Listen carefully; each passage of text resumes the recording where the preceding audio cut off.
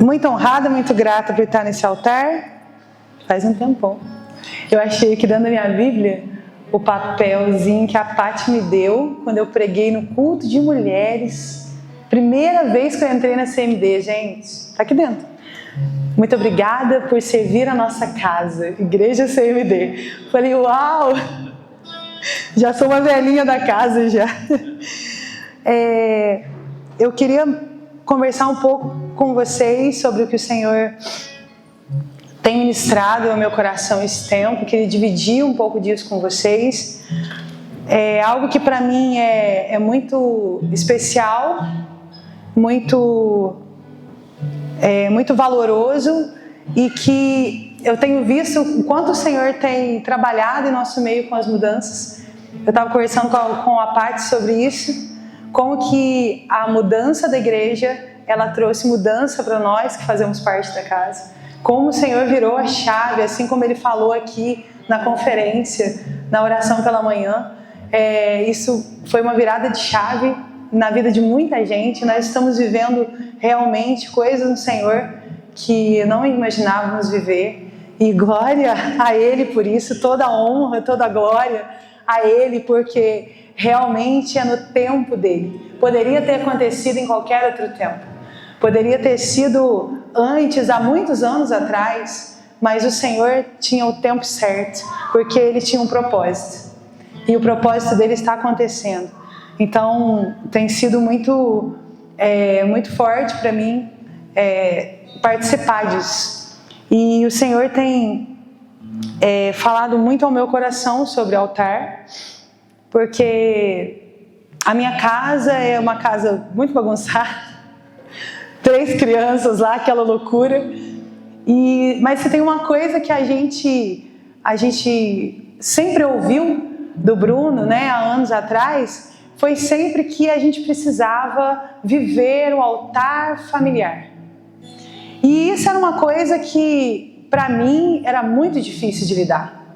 Porque eu sempre fui uma pessoa sozinha, uma pessoa que cuidava da própria vida. Seja material ou espiritual, eu era dona do meu nariz, era só eu e Jesus, e eu não tinha que me preocupar com mais ninguém, sabe? Então, assim, minha casa, meu pai, minha mãe, acho que todo mundo aqui conhece, né? E eu sou filha única, então cresci tendo a minha vida individual com o Senhor, sabe?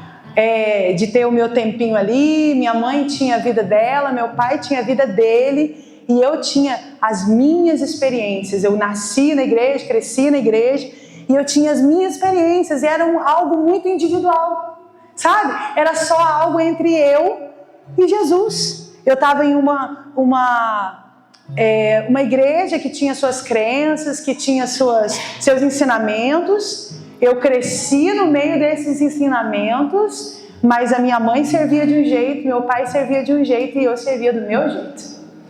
Então eu tive um levantar de altar particular, era só eu e Jesus.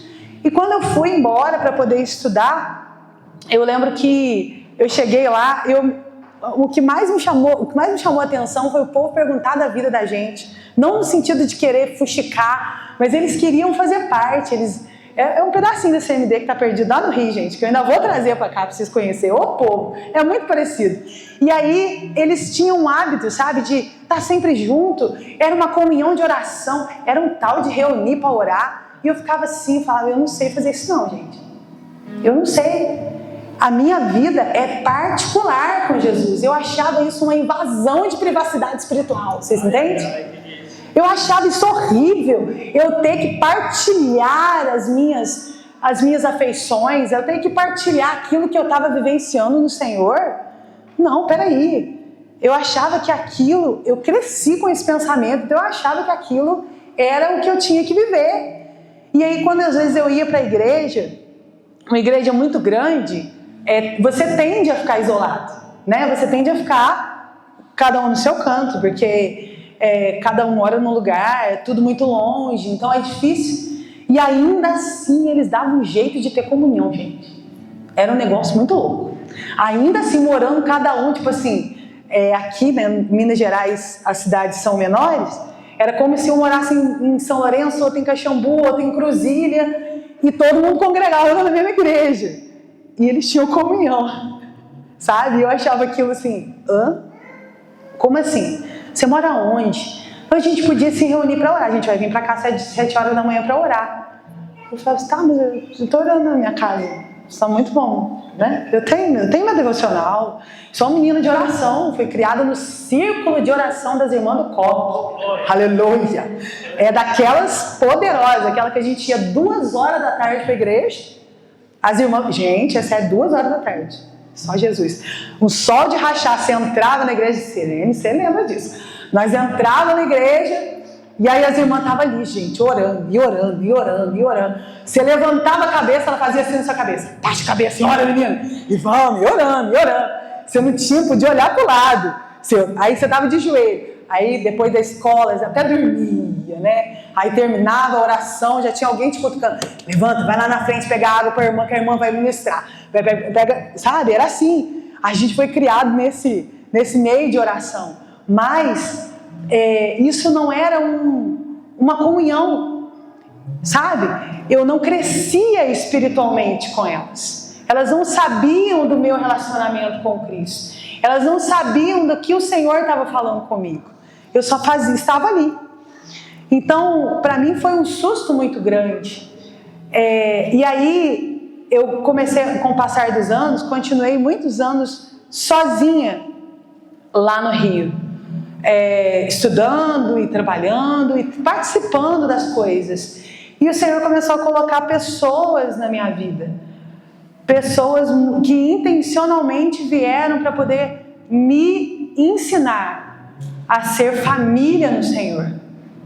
E você está num lugar, eu acho que quem aqui já estudou fora ou já morou em outro lugar, você precisou se isolar da sua família por um tempo, por mais que a gente esteja ali eufórico com tudo que você está vivendo, é muito ruim você estar, parece que você está sem coberta, sabe? Você está dormindo no frio sem coberta.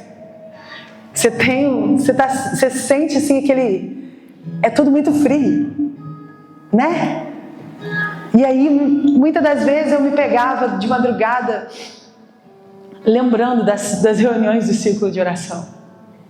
Lembrando das vezes que a minha avó, 3 horas da tarde, entrava para dentro do quartinho dela. Era todos os dias. Aí entrava ela e depois o cachorro.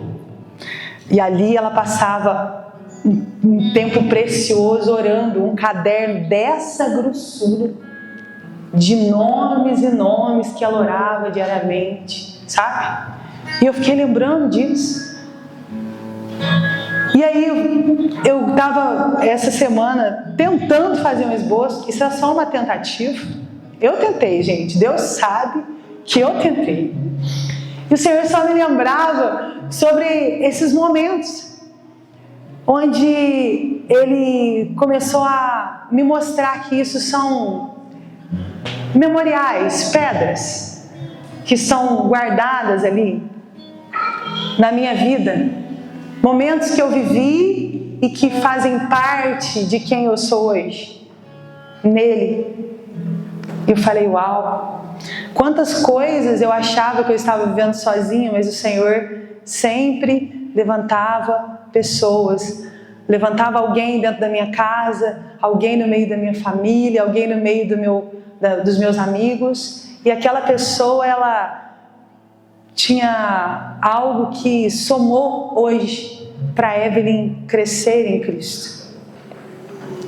Eu estou falando isso porque eu não imaginava que eu seria uma mãe de filhos. Para mim, a minha vida seria totalmente dedicada a Jesus. Eu queria ser uma freira gospel, entendeu? Você entende? Uma freira de Jesus. Eu não tinha a mínima vontade de dividir minha vida com alguém, de me casar e de gerar, não porque esses complexos aí malucos das mulheres feministas, não é isso não, tá? Não quero mexer com o meu corpo, não, nada disso. Eu só queria ter o meu foco em Cristo e só isso. E eu achava que dividir uma família, de que ter que me preocupar com uma casa, com um lar, isso ia dividir a minha atenção. Isso ia tirar o meu foco de Cristo. Isso poderia prejudicar o meu relacionamento com Ele. Mais egoísta que eu não tinha, né, gente? Pelo amor de Deus. E aí, enfim, casei, né? E aonde que foi forjado o meu relacionamento? Na oração. Uma bendita de uma oração que acontecia todas as segundas-feiras.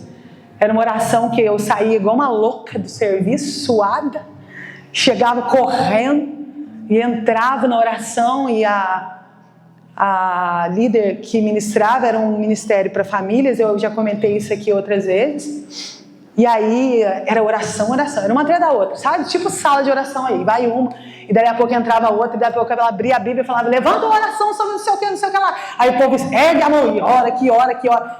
E ali eu namorei nesse grupo assim, a gente só se via na oração, na segunda-feira e no culto de domingo. Era aí que a gente se via. E casei todos os dias ela impondo as mãos. Senhor, toma nas suas mãos esse noivado. Senhor, toma nas suas mãos esse casamento. Foi forjado ali. Eu engravidei com ela, colocando as mãos sobre a minha barriga e dizendo, você vai ser mãe de filhos. E orando, Senhor, não é um, Senhor, mas eu quero que o Senhor dê vários. Que o Senhor encha a casa dela. Senhor, que o Senhor faça ela uma mãe de filhos. Eu ficava assim, Jesus amado, esse povo vê uns negócios na minha vida. Eu gosto de ficar no meu cantinho, eu gosto de ser isoladinha ali no meu canto, sabe? E aí, eu entendi que para eu realmente conhecer o Senhor, eu precisava entender a importância de construir um altar em família. Eu já tinha provado muita coisa, eu já tinha visto muita coisa, mas nada se compara ao que eu provei ao levantar o meu altar familiar. E eu falei assim, me dá um respaldo aí, Jesus, que eu preciso ler a Bíblia, né? Não posso ficar só de história. O Senhor me lembrou lá em Deuteronômio, se você quiser pode abrir comigo, lá em Deuteronômio no capítulo 6, Deuteronômio capítulo 6 e o versículo 6 e 7. Vamos ler até o 9, do 6 ao 9. Deuteronômio capítulo 6. Nessa circunstância aí, estamos falando sobre os mandamentos. E Moisés estava lá ensinando o povo, né?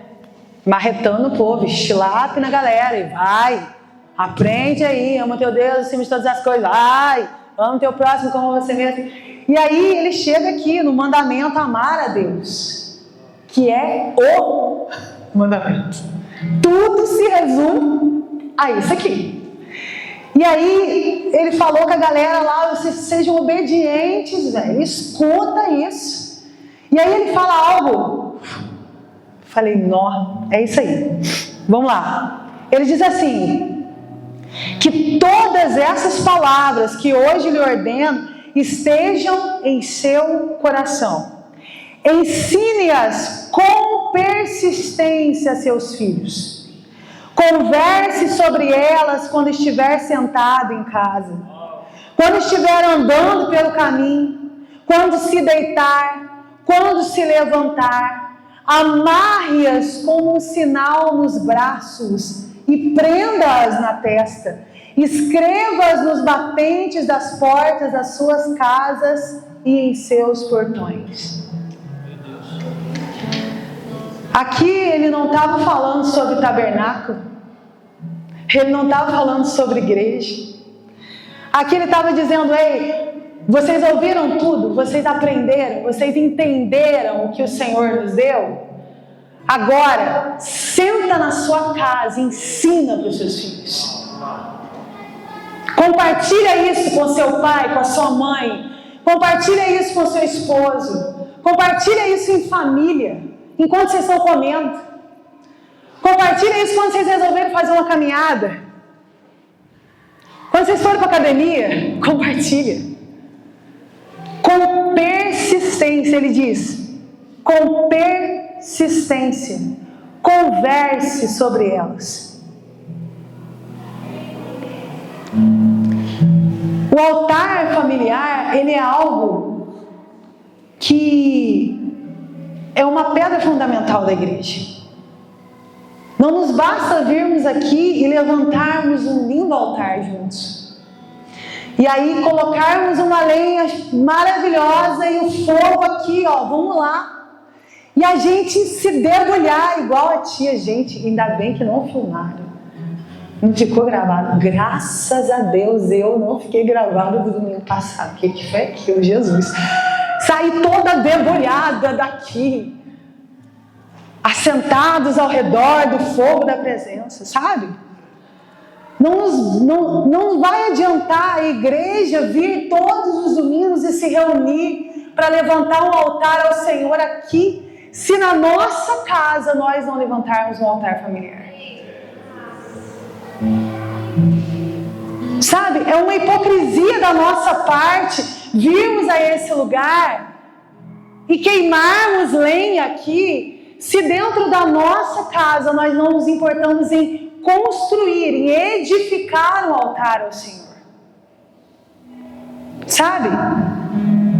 E às vezes a gente acha que isso é nos nossos momentos de devocional, ou nos nossos momentos de oração em família. Faz parte, claro. Mas nós levantamos o altar, não são com tijolos que se quebram. Nós não levantamos altar com madeira. Os altares são levantados com pedras. Altar é levantado com pedras. E pedra vai falar sobre algo que não se desfaz. Algo que é permanente. Então o nosso altar, ele precisa ser edificado em cima de valores permanentes. Aquilo que nós queremos deixar como marca na nossa família. Sabe? E aí eu entendi o que o Senhor me falou, me lembrou. Minha avó colocou uma pedrinha no nosso altar familiar, porque ela entrava todos os dias às 3 horas para orar. Isso marcou a minha vida. Foi a pedra que ela colocou ali no nosso altar familiar, sabe? O meu avô, ele tinha um hábito de receber qualquer pessoa.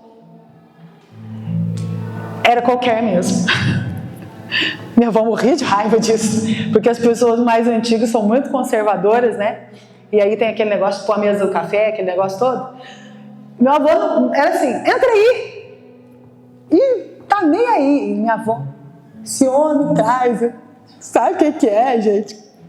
Tem que fazer café. E ninguém, sabe? E meu avô colocava pra dentro.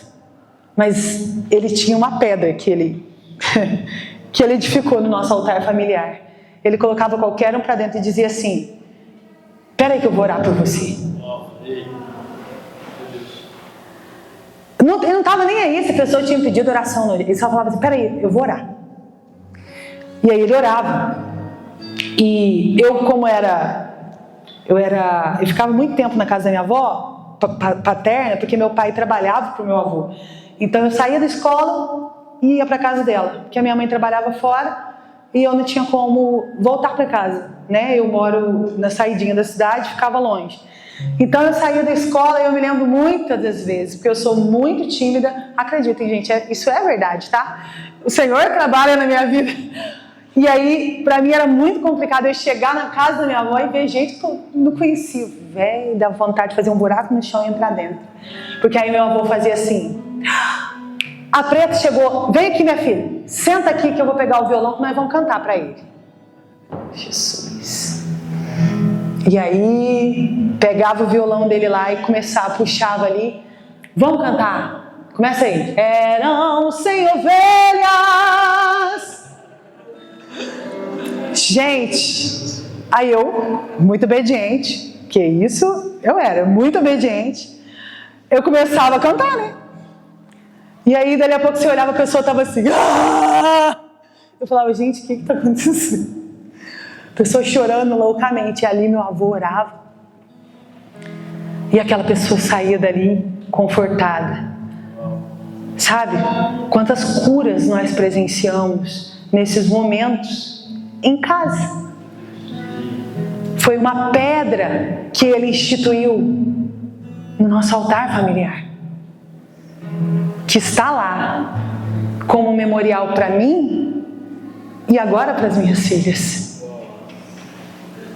porque eu conto para elas. Elas precisam saber o que o biso delas faziam. Elas precisam saber o que a bisa delas faziam. E aí eu falei, uau, quantas oportunidades o Senhor tem nos dado de instituir pedras fundamentais no nosso altar. Para pensar. Para pensar. Aí, quantas oportunidades o Senhor tem te dado de instituir essas pedras que não vão ser apagadas com o passar do tempo. Que não importa qual casa você more, não importa para qual cidade você vá, o altar familiar, quando ele é edificado, ele permanece.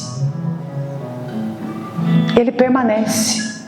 Ele não depende do espaço físico. Ele não depende se a sua casa já é a casa dos seus sonhos ou se você ainda está ali, sofrendo no aluguel. Ele não depende disso. Instituir um altar familiar não depende da nossa condição financeira. Não depende se nós já estamos estabilizados, se a gente ainda está correndo atrás para saber o que vai ser do dia de amanhã.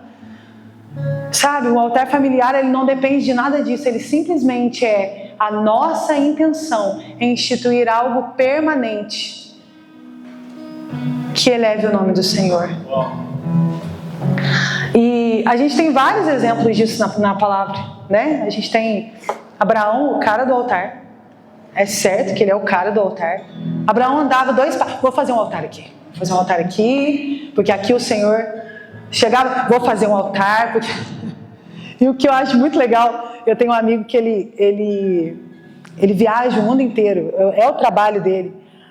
E já teve umas 3 vezes que ele mandou mensagem para mim e falou assim: Namastê, eu tô em tal lugar e eu tô lembrando de você agora porque eu vi um monumento, né? Que agora não é o altar que ele vai falar, né? Eu vi um monumento referente. Lembra? A gente fazia missão junto lá no Rio. Aí ele falava: lembra aquele texto que a gente pregava para as crianças e tal, sobre Abraão e sobre... Então, cara, poxa, eu vi um monumento referente àquele texto. Que legal ver isso pessoalmente. Ele está afastado dos caminhos do Senhor. Mas quando ele viu aquele altar, aquilo foi como um memorial para ele. E ele se lembrou.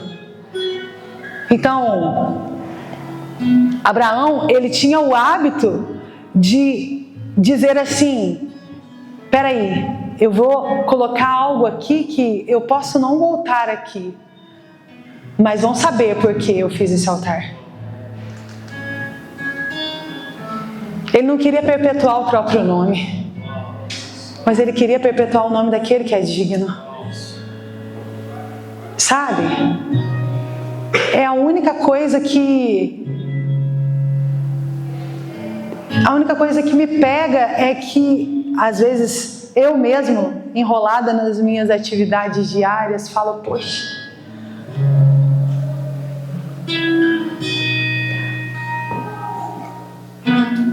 quando chegar daqui a, sei lá, 20 anos,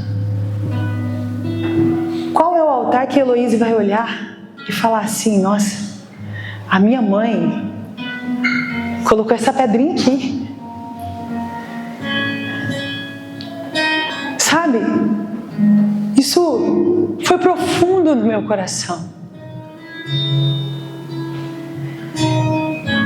E o Asaf não sabia o que eu ia pregar.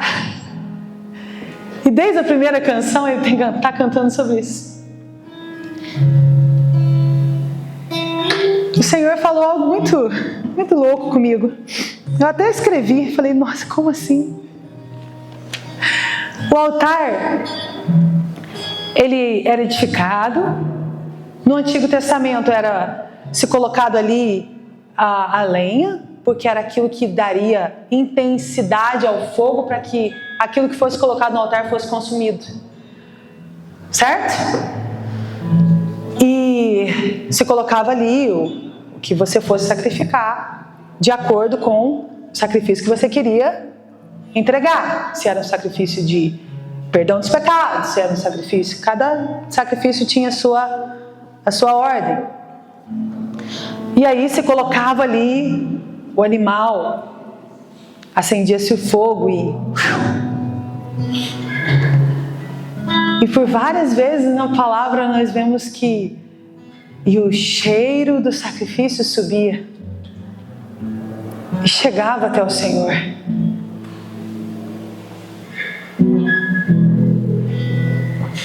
E aí a minha pergunta, quando ele estava cantando assim incensário, eu falei, ei, qual o cheiro que o Senhor está sentindo do altar da minha família?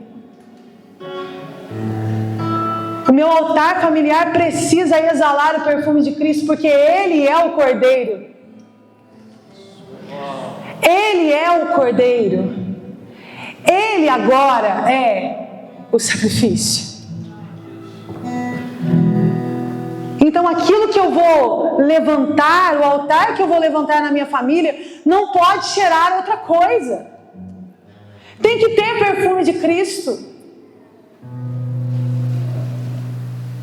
Aí eu me lembrei assim, sabe quando a gente está andando por alguns lugares, aqui em Bependi tem bastante, lugares mais isolados, aquelas casinhas isoladas assim, e são casas que tem fogão a lenha. Eu amo. Primeira coisa que você, quando está na estrada, que você vê, é quando a fumacinha vai saindo assim, você sabe que ali tem um fogão a lenha. Está sendo feito algo. Está sendo preparado algo. Porque a fumaça está saindo. Sabe? E muitas das vezes as pessoas olham para a minha casa, e aí eu vou falar da minha casa. E eu tenho certeza que o cheiro que elas estão sentindo não é de Cristo, não. Porque se o meu olhar não entender que quando a minha filha, ela faz uma pirraça, é o momento de eu instituir uma pedra, dizendo, minha filha, a palavra do Senhor diz assim. Agora, se eu ajo de maneira incoerente à palavra de Deus, o que eu estou edificando na minha casa? Que altar é esse? Um altar a Deus estranho. Porque se não é para Cristo, é para quem? O altar do não tenho tempo. Peraí,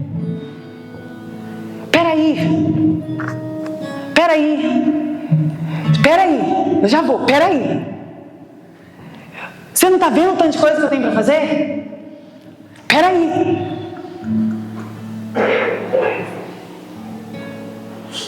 Será que daqui a alguns anos vai ser disso que elas vão se lembrar? Será que daqui a alguns anos elas vão se lembrar de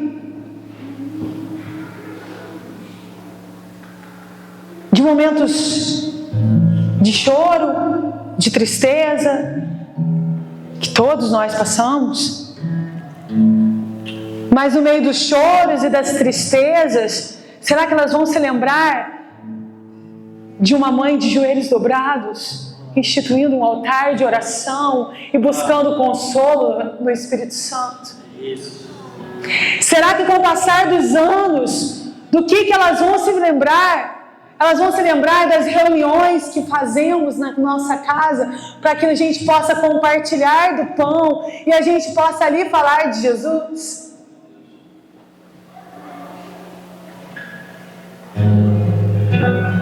O que estão falando dos nossos altares? Sabe por quê?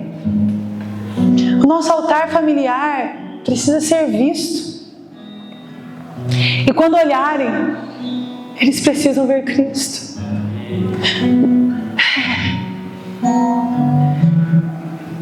Eles precisam enxergar no nosso altar, no altar da nossa casa. Eles precisam enxergar o Senhor. Eu vou contar uma experiência para vocês, antes de eu passar para o próximo texto aqui.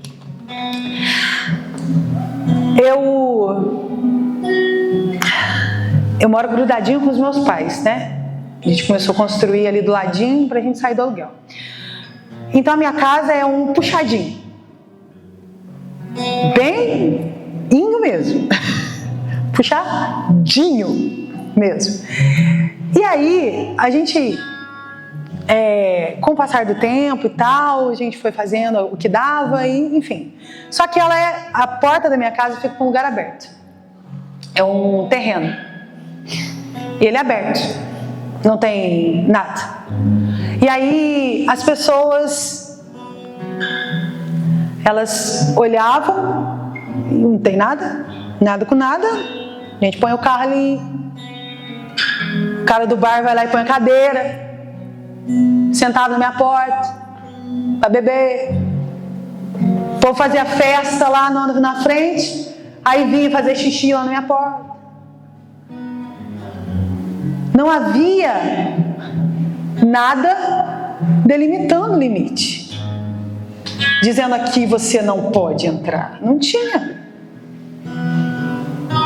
Meu pai ficava para morrer, querendo pegar a espada do samurai e sair cortando a cabeça de geral. Quem conhece o Dinho sabe como é que o Dinho é. E aí eu falava, pai, calma. Não, mas não pode, porque eles te conhecem, porque eles sabem que... Falei, Jesus. Eu tentei durante... Fazendo as contas aqui, calma aí. 2 anos. 2 anos. Vamos resumir assim, mais ou menos. 2 anos e pouco. Mais ou menos esse tempo, fazer um muro. Para que as minhas filhas tivessem liberdade. Para que parasse com essa chateação toda. E durante esses 2 anos, eu não consegui fazer um muro. Aí você vai falar assim, poxa, Evelyn, realmente, o material está muito caro, mão de obra está muito caro. Gente, eu estava tão determinada em fazer o muro, que eu peguei o dinheiro e fui guardando em casa, num cofrinho assim, um cofrinho. E eu guardava, todo mês eu guardava dinheiro ali. Falava para fazer meu muro, vou fazer meu muro. E quando a minha casa estava exposta, as pessoas podiam ver tudo que estava acontecendo ali. E durante um bom tempo, eu achava muito interessante todas as vezes que a gente se arrumava para poder sair para o culto. Todas as vezes. Arrumava as meninas, eu me arrumava, aí meu pai pegava o carro, parava assim o carro para a gente poder entrar. O povo do bar e aquela galera que estava sentada, todo mundo parava e ficava olhando. Parecia que estava, sei lá, parecia, sabe quando o povo fica parado para poder passar a procissão? Era desse jeito, eles ficavam assim. Mas era toda vez. Começou a me dar até nervoso. Falei, gente, eu saí assim, morrendo de vergonha. E a gente entrava no carro e vinha pra igreja. E aí eu nunca entendi por que o muro nunca dava certo. O pedreiro não ia. O pedreiro falava que ia, não ia. Meu pai arranjava cada história, gente. Vocês não têm ideia. Meu pai arranjava.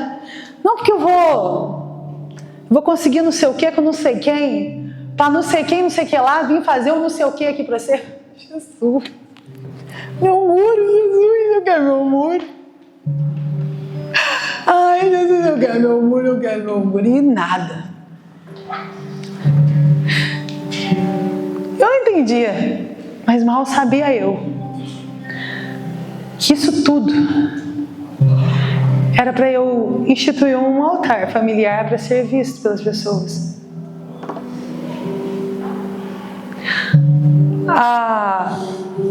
Por muitas vezes as pessoas tiveram liberdade de bater na minha porta. Estava aberto. Você não é a pastora? Não, querido, não sou. Você pode orar por mim? Claro. Quando o Bruno estava em casa, estava moleza, punha para dentro. Agora, sem o Bruno em casa, era lá fora mesmo. E quantas vezes eu falava para as meninas, mamãe está deixando a porta aberta, mas a mamãe está aqui, tá? Quietinha aí. E elas viram, por muitas e muitas vezes, pessoas entrarem, pessoas chegaram na minha porta. E isso marcou o coraçãozinho delas de uma maneira muito especial. Eu estou falando isso porque em frente à minha casa tem um espaço assim, e bem de frente, literalmente de frente, tem era para ser lanchonete, que depois era para ser padaria, que depois era para ser confeitaria e virou um bar. Entendeu? E eles são uma família. E é uma família que briga muito. Gente, não é discussão, não, é briga mesmo. Sabe? Briga de polícia. E é muito de frente com a nossa casa. E eles têm 2 meninas que ficam ali brincando até meia-noite. Todas as vezes que eu colocava as meninas para fora, a mãe olhava para mim e falava assim: minhas filhas podem brincar com as suas? Falei: pode. Traz para cá. Aí elas ficavam brincando. Aí elas falavam assim: é gostoso ficar aqui, né? Aí a outra: é gostoso, a tia é legal. E eu falei pro Senhor assim: o que tem de gostoso aqui, Senhor? Chão de terra? Tudo aberto? E você tem que ficar assim, né? A criança tá brincando, você tá assim, vai pra rua. Ai, meu Deus. Vai pra cá. Não vai pra rua. Não vai. É assim. Mas aquela família começou a ver a minha família. Na semana passada, houve um episódio muito grave lá, que o rapaz foi fazer uma festa, ele colocou uma tenda na porta da minha casa. Gente, não tem muro. O que foi falar? Sabe? Falou o quê? Ele colocou a tenda na porta da minha casa e preparou a festa, fechou a rua e ele foi tentar fazer uma fogueira, que foi fazer uma festa tipo julina, assim, foi tentar colocar uma fogueira lá na porta do meu pai, que também não tem muro. Meu pai saiu, discutiu, deu briga, e aquilo me deixou muito mal. E aí, foi no domingo isso, a gente veio para a igreja, e quando a gente foi para ir embora, né, eu falei, meu pai falou assim: vamos embora porque Eles devem estar fazendo a festa na sua porta. Falei, nós não vamos embora não. Nós vamos passear. Nós vamos embora depois das 10. Não, nós vamos comer lanche. Levei para comer lanche. Comida calma, gente. Comida é uma benção. Comida, por isso que a mesa tem que ter comida. Entendeu? Por isso que Jesus já enfiou logo um pão na boca de Judas. Falou, meu filho, tome o pão aí. Comida calma. E aí, dei lá o lanche pro homem, tal, e conversei, enrolei, e fui embora para casa. Cheguei em casa, não tinha nada. Parecia que tinha tido festa. Não tinha nada. Todo mundo já tinha ido embora, tudo fechado. Falei, aleluia, glória a Deus. Entramos. E aí, chegou no outro dia, o rapaz que discutiu com meu pai, é um conhecido de infância. Chegou no outro dia, eu saí assim para poder pôr o lixo para fora e levar as meninas pro balé. O rapaz estava assim. Eu falei, nossa gente, o que foi? Aí eu percebi que eles estavam com vergonha de mim. Porque o que eles esperavam? Que eu fosse lá, que eu discutisse, que eu brigasse. E aí a Brenda fez assim, oi tio, bom dia. A cara dele foi lá no chão, gente. Oh, não, meu Deus do céu, fiquei até com pena. Porque há uma pedrinha que nós instituímos ali,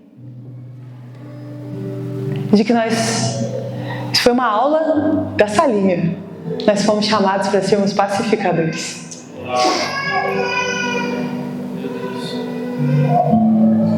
E aí, por mais que eles discutam, que eles briguem, eu chego, eles viram, bom dia, tudo bem? As meninas estão bem? A senhora está precisando de alguma coisa? Falei, não, tá tudo bem. Vim aqui comprar um refrigerante. Deus abençoe vocês. E aí eu voltei para casa nesse domingo. E eu passei a semana orando e chorando para o Senhor. E falei, Senhor, eu quero um muro aqui, mas agora o propósito é outro. Eu não quero mais um muro para o Senhor me isolar das pessoas. Eu quero um muro porque eu quero fazer um culto aqui. Eu não quero mais um muro porque o Senhor quer, porque eu quero que as minhas filhas tenham privacidade. Eu quero um muro porque eu quero que a sala de oração aconteça aqui fora. E eles possam ser impactados pelo cheiro do altar que nós vamos levantar nesse lugar. E aí, foi a segunda, e eu fiquei com isso, sabe? Eu fiquei, Jesus, eu preciso, Senhor, eu preciso. Se vocês vão acreditar, eu não sei. Se vocês quiserem, vai lá, pra vocês verem. Sexta-feira, 1h da tarde, o pedreiro chegou lá em casa. 1h da tarde, gente, é ótimo poder chegar em casa. Aí meu pai chegou lá e falou assim, aqui ó, o irmão fulano veio fazer seu muro. Eu falei, o quê? Eu tinha tanta coisa para fazer. Eu falei, agora meu filho, fica à vontade, vai lá, né? E aí eles cavaram lá e fizeram, começaram a fazer não sei o que, não sei o que, não sei o que lá. E aí ele cavou o chão e eles colocaram um negócio que chama, ajuda aí, Giovanni, canaleta. É canaleta? Acho que é isso. Tá certo? Ajuda aí, canaleta. Encheram de cimento. Aí eu falei pro meu pai, o que é esse negócio aí? Não é só pôr o tijolo e... Ué, pra mim era moleza, ele ia fazer isso em meio-dia. Era só pôr os tijolos em cima do outro lá e tô lindo. Meu pai falou assim, não minha filha, precisa ter fundamento. Gente.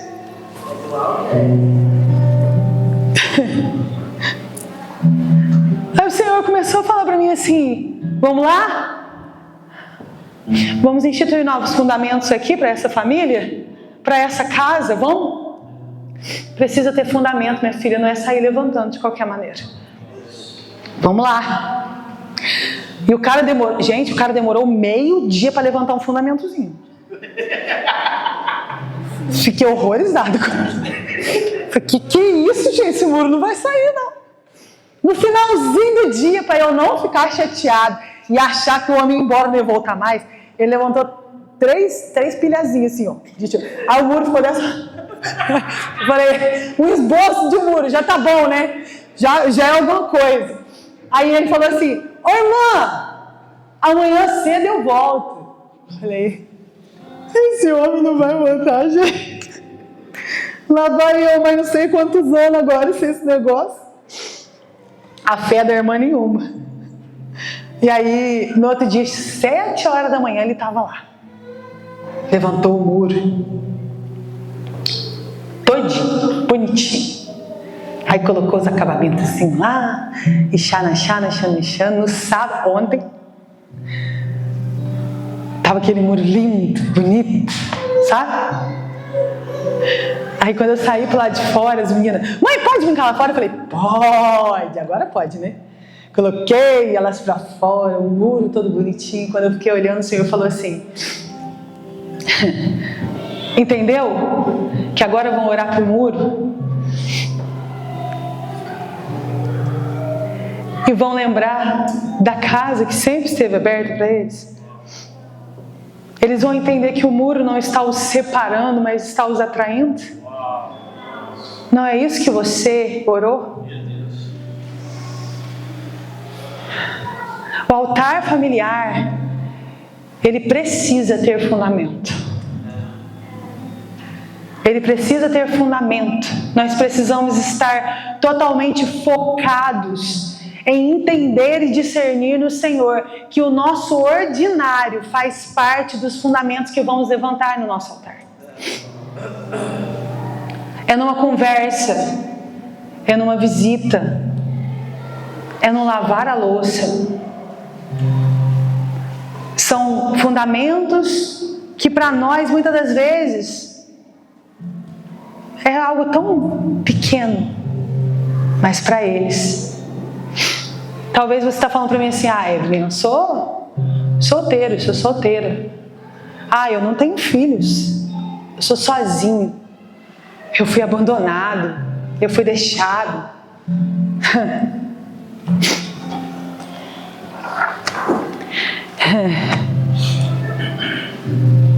Há um altar de restauração sendo levantado aqui nessa noite. Vamos lá.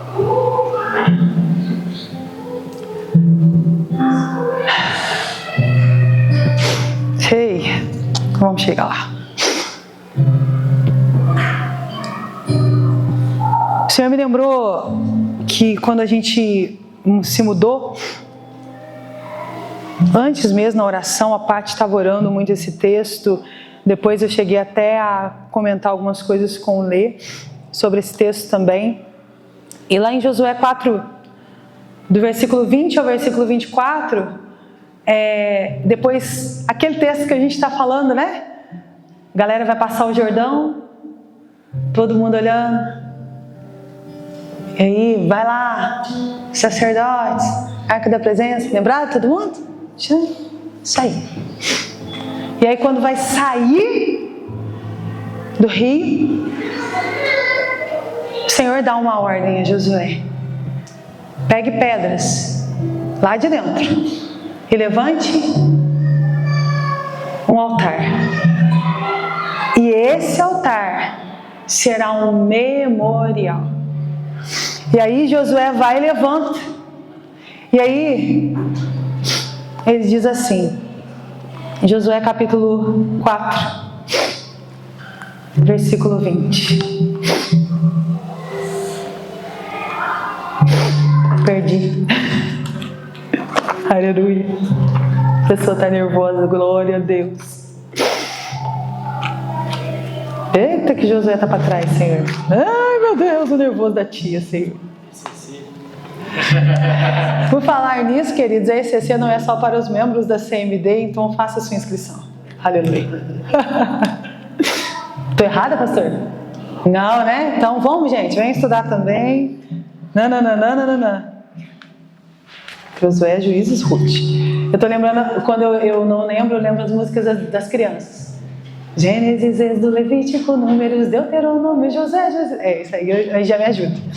Josué capítulo 4, versículo 20 diz assim: E em Gilgal Josué ergueu as 12 pedras tiradas do Jordão.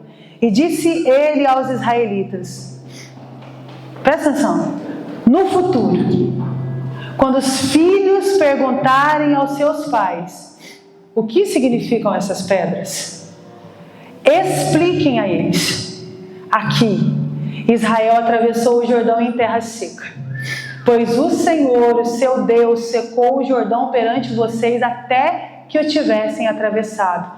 O Senhor, o seu Deus, fez com que o Jordão, como fizera com o Mar Vermelho, quando secou diante de nós, até que o tivéssemos atravessado.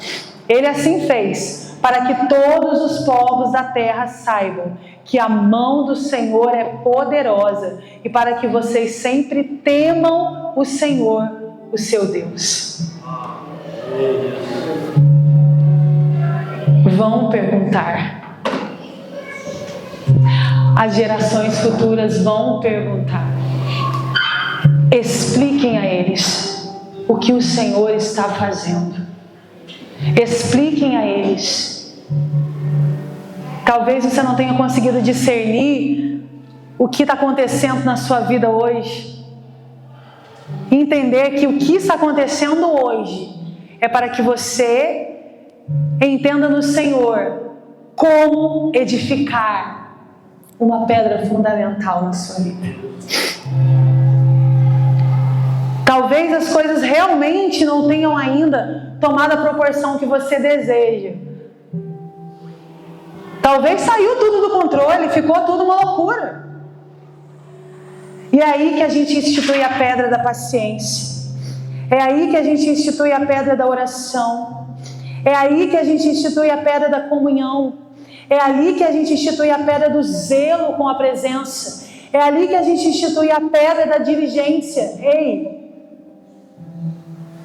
É vencendo diariamente aquilo que nos aflige. Não adianta eu querer edificar um altar familiar na minha casa se a minha reação para com mãe é cala a boca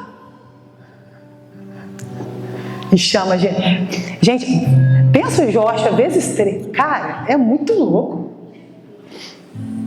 Tá, vai piorar, vai, é bom, é muito bom, mas é um negócio muito louco, não é? Tia Miriam, 6 mãe. Tem hora que você fala assim: alguém me tira, minha filha, chama outra coisa, sei lá, tem tanta gente. E é engraçado, que é automático. A partir do momento que você chega, acabou. Pode estar a família inteira. Começa o mãe, e vamos embora. Né? E é isso. É você respirar fundo e elas entenderem: a minha mãe sempre teve paciência para poder me ouvir. Porque de que vai me adiantar ensinar para elas que Jesus nos ouve se eu não as ouço? Como que eu vou ensinar para elas que Jesus quer um relacionamento intenso comigo se eu não tiver tempo de me relacionar com elas? Como que eu quero instituir um altar de uma coisa que eu não estou vivendo? E aí, eu vou até beber água. Não perde a ligação, não. Fica ligadinho aí.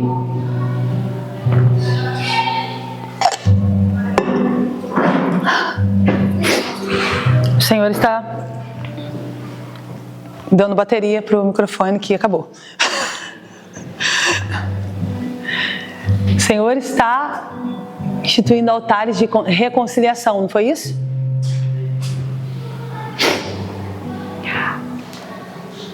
Talvez você não esteja entendendo Eu estou falando de filhos porque é o que eu tenho, gente. E tem bastante.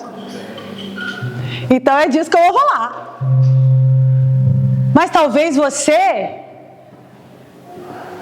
não tenha filhos, mas talvez você não tenha um altar familiar por uma ausência de um perdão, por uma falta de relacionamento, talvez porque você era uma Evelyn que desejou se isolar e viver a vida sozinha. Vai por mim, não dá certo, não é bom. Talvez você esteja machucado, talvez você esteja ferida, talvez você já não conversa mais com a sua família. Cara, isso é muito sério. Eu não tenho irmãos. Eu brinco que quando o boi dá ruim lá, sou eu que pego com a cabeça, só tem eu. Não tem com quem dividir, velho. Mas meu pai tem irmãos. E quando os pais dele faleceram, apesar de todo esse altar que eu contei para vocês, de toda essa vida de oração que eles viviam, sabe? Eles se separaram por picuinhas familiares, por brigas que tem muito fundamento para eles, mas para a gente que olha de fora fala: cara, isso está te afastando da sua família. E uma determinada reunião de família eu vi eles em uma discussão, e eu sempre tento ficar fora, porque eu entendo que isso é uma coisa entre os irmãos. Eles precisam resolver, sabe? E quando houve toda aquela discussão sobre inventário e tal, quem vai ficar com o quê, essas coisas, né? Que traz tanta divisão, o material que traz tanta divisão familiar. Eu vi eles em uma discussão. Um deles, ele falou algo que foi como se ele pegasse uma pedra e quebrasse tudo aquilo que tinha sido erguido naquela casa. Ele disse: eu não sou responsável por manter a família unida. E aí eu falei para ele: se o senhor não é responsável, quem é? Por que nós sempre jogamos para o outro a responsabilidade? Sabe? Por que nós sempre jogamos para o outro a responsabilidade de perdão, a responsabilidade de relacionamento saudável, a responsabilidade de tomar uma atitude? Por que a gente sempre joga para o outro?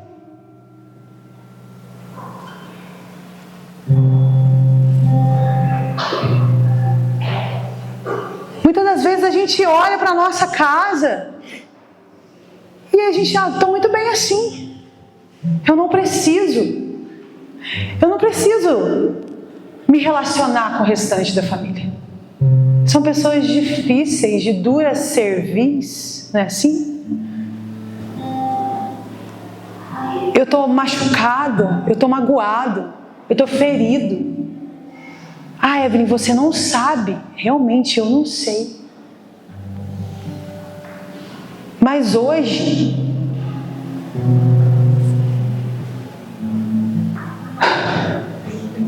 o Senhor nos faz lembrar que Cristo, Ele edificou um altar que nós cumprimos até hoje. Ele sentou com todos à mesa e disse: comei comigo, bebei comigo, façam parte disso comigo. Com os sinceros e com os não sinceros. Como foi pregado domingo passado, com os bons e com os ralé da sociedade. Jesus simplesmente colocou uma mesa e disse: tomai e comei. E esse altar que ele edificou foi algo tão intenso que fazemos isso em memória dele, até hoje. E por que eu não posso colocar uma mesa e dizer: vem, senta aqui, come comigo?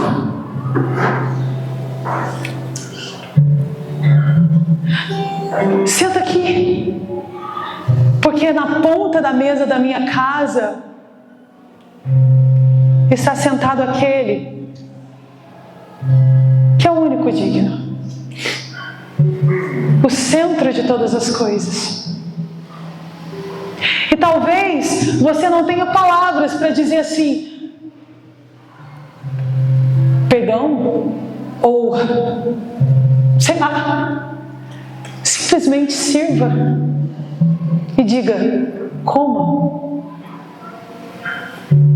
Eu só estou fazendo com você o que Jesus fez comigo. Esse altar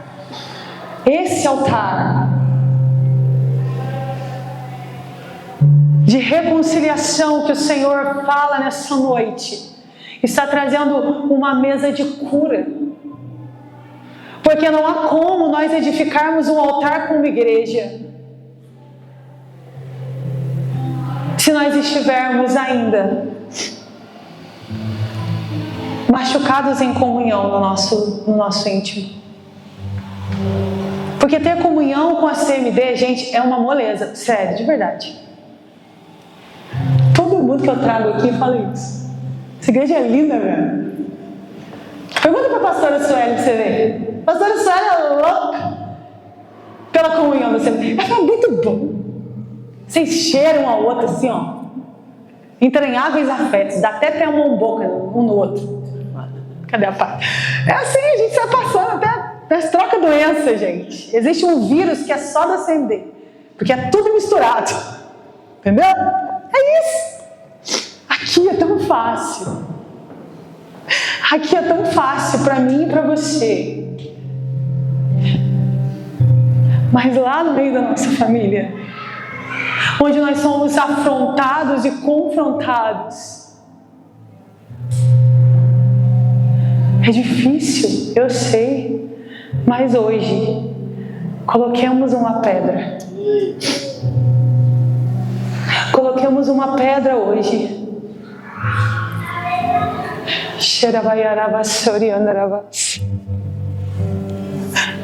Coloquemos uma pedra hoje, porque edificaremos um altar de reconciliação na nossa família. A mesa com Cristo, ela cura. A mesa com Cristo, ela traz perdão. A mesa com Cristo, ela traz restauração. A mesa com Cristo, ela traz aliança.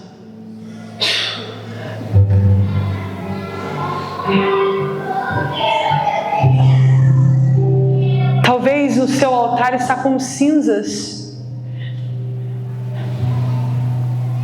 que precisam ser sopradas hoje. Porque nós vamos queimar. E o cheiro será o perfume de Cristo. Nós vamos queimar em família. E não mais olharão para nós dizendo: uai, mas família estranha? Não. Olharão para nós e nos enxergarão como família de Cristo. O amor do Senhor exalará dos nossos lares.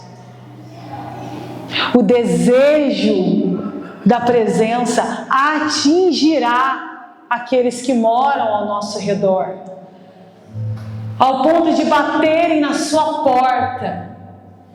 Ei, prepare uma mesa, chame convide, ore, compartilhe do pão que você tem comido, pois a cura para a sua família, a cura para a sua família